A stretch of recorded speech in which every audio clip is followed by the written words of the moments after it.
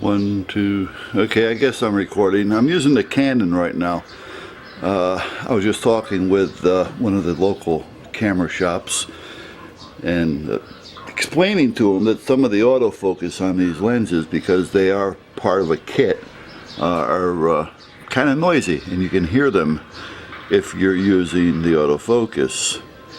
And I was thinking about buying something that has a, I guess they call it a two-step, which I guess is a quieter or ultra-quiet motor. Basically the same quality of glass, or lens. And to replace these two lenses, I'm going to be in the neighborhood of about $600.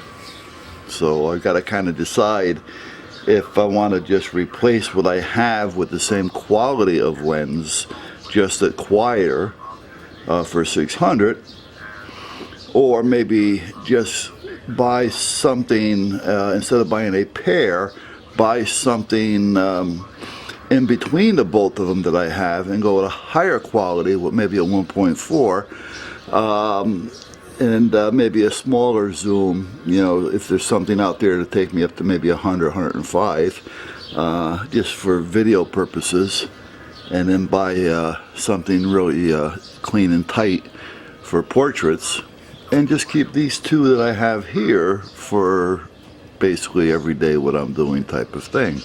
So I've got to make some decisions here as to what I'm doing. But anyway, on the other side of the coin, now that I have this out, I want to do something quick. I was up at the gun club the other day. Actually, it was last night, and I was talking with a few of the guys, and we were just bullshitting, and a couple of them started talking about that ordeal in Texas where these guys were strapped to the back. And the club, as always, you have different groups, and we were finding that the younger group, the ones that are out there and the chest pounders, so to speak, or the ones that are out there that's got to prove a point or is trying to prove something to somebody, and because it's their right, they're going to do it regardless of who it hurts or how it may hurt, the majority. And the most of us, the majority of us that are I'm telling you, they're not happy unless they're barking at something. The older generation that have a second thought on this and they say, well, we know it's our right.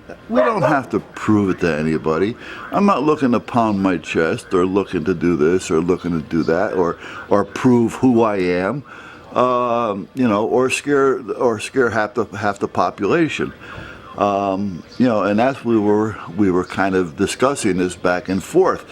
And in doing this, I had said something to one of them that actually kind of got him thinking a little bit. And where it went was, when we had the Sandy Hook shooting, for some reason I was getting phone calls. Maybe it's because, I'm an instructor and I've been around for a long time. I teach NRA as well as state in a number of things, but I get a call from NBC, ABC, the newspapers, all kinds of. I was getting calls 3, 4, 5, 6 times a day, wanting interviews and so on and so forth. And I told them that they're not going to get an interview from me, and the only way, if I was to do anything at all, is I would want to have the last say as to how it gets aired and when it gets aired. And naturally, they're not going to agree to that, so it's a good way of shutting them up and getting them off my back. And then I just thought about it as well. Who am I to do an interview? Okay, I have a knowledge, I have a thought pattern as to what I think or what I should think or don't think or whatever the case may be. And, we all have a different way of thinking on what happened or what we could have done differently or what should be done. But it's not up to me to get on the news and to start talking about what should or shouldn't be done and to make that judgment call for the rest of the nation as far as guns and gun control. It's not up to me to make that decision and to make it possibly make it worse, because we know the news media is going to put a spin on this, and it's not going to be in our favor. So we kind of already know this. So why would I want to walk into a place with a rifle strapped on my back, looking like I'm out for a war to prove a point? It's not like I got my hunting clothes on, and I got the rifle in a case of some sort, or whatever strapped to my back.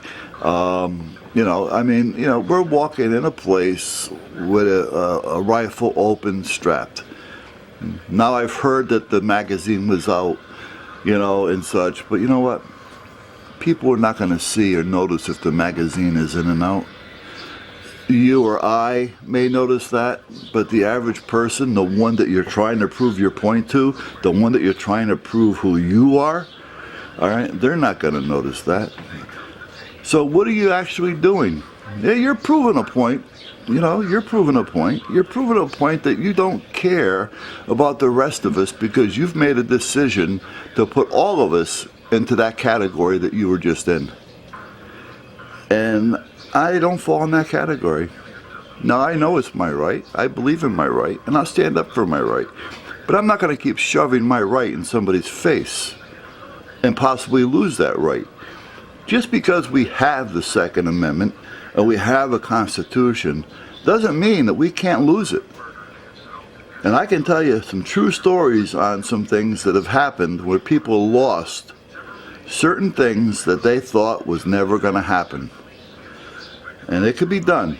If somebody gets annoyed with it enough, they're going to do something about it. And the more we annoy these people and shove shit in their face, all right, the quicker we're going to lose that right. Now, I believe in the Second Amendment, and I believe in our rights, but I also believe in the right of a free-born individual. I shouldn't have to have a Second Amendment to make a choice to carry or not carry. So I'm not going to keep throwing that Second Amendment up in somebody's face. I'm not going to stand on a corner with a group of 4, 5, 10, 15 guys with our handguns out and our rifles exposed and everything showing, and then have all the cops getting called and have them to come out there because we are exercising our right. All right? And then when they get there, hey fellas, how you doing? We're exercising our right. Well, you know what? He knows that you have your right. He knows it more than you do. Right? So you don't have to explain to him what you're trying to do. He's more or less just trying to figure out if you're looking to start trouble someplace. And he approached you basically for that reason, and to make everybody happy in the area that may have called to see if in fact they come. So if he comes and there's no trouble and he walks away, they're going to walk away. So we don't want to piss off the guy that's going to have that kind of power, even though they may or may not have that or shouldn't have that power. But if a law enforcement officer comes up to me and says to me, hey guys, what are you doing? I'm not going to, hey, I'm exercising my Second Amendment right. There's no need for me to tell him that. Yeah, I'm just hanging out with a few guys on the corner. We're thinking about going to the range, maybe going to get something to eat, and then figure, try to educate anybody that may want to be educated on handguns. Yeah, there's a number of reasons why you can be there, other than exercising your right that he already knows about. As long as you're not there to cause trouble, that's all he cares about. And if you're giving him an attitude, that kind of leans towards trouble. Especially if you get a law enforcement officer that's a chest pounder, the one that he wants to prove a point.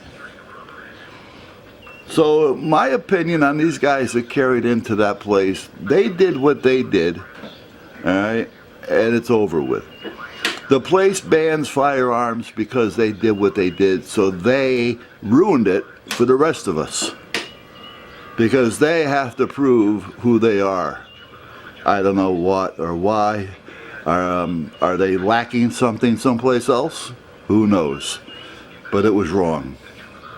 So before you go do something stupid, think about the rest of the people that are going to be affected by it. For instance, You wouldn't burn your house down if your mom and dad and your wife and kids were in it, now would you? Think about it that way for a minute.